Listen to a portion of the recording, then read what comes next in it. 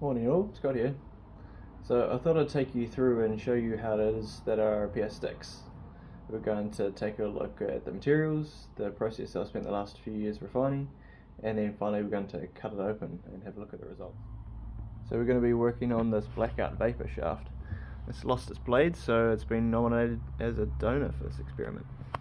So now I've gone ahead and cut the shaft to two parallel edges and got up the inside of the shaft with my rotary tool to remove as much of the material as possible to make room for the new carbon fibre that's going to go in its place. Let's see if we can get you there. Yeah, like that. You can see the material that's come out, and then beyond this it's a matter of getting up the inside and sanding the surface to abrade it and make sure that it's ready for the epoxy to bond to. Alright, now we get into the fun part. So for reinforcement I use a specific combination of unidirectional and plus minus 45 degree carbon fibre, and that is designed to replicate the layup of the original stick. So now the carbon fibre reinforcement has been wet out and it's been wrapped around a bladder which is inside the shaft. There it is there. I've stopped short of closing the two halves up to show you that. So it's important here at this point actually to note that the reinforcement itself tapers from a complete shaft replacement here at the side of the repair out to nothing to meet the original shaft. Next up, the shaft is clamped in place, checked for straight and skew to make sure it's not twisted, and then the bladder is inflated. And as it's inflated, as you can see here, it squeezes the carbon fibre up against the inside of the shaft, consolidating it and squeezing out any excess resin. Right, here we go, we're all done now. I've pulled the tape off, given it a little clean up. Now let's cut it open and see what's inside. Right, it's cut up. I've taken 140 mils of shaft centered on the repair and compared that with 140 mils above and below.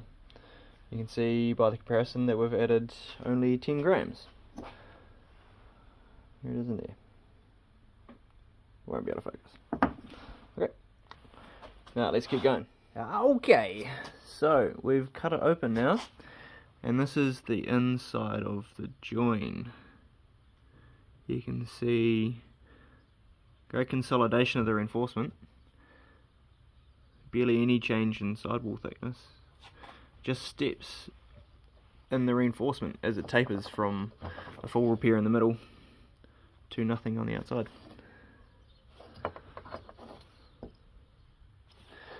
Let's compare that with another repair system you might have seen. Yeah.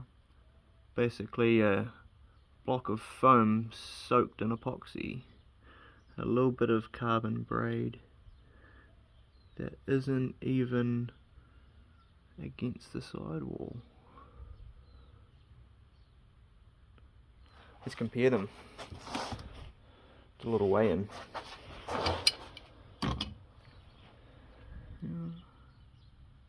34 grams versus 68. Yikes! Well, there you go. There's a rundown of the process that I've developed over the past few years. I hope it's giving you an idea of the level of quality that you can expect in a repair and how that translates to the final weight and the feel of the stick post-repair. I hope it's also convinced you that sticks are a valuable resource that we should be maintaining and repairing as opposed to just throwing away. So if you break a stick in future, you keep it and send it in. Just get in touch. I'll put a link to my website below. Thanks. See ya.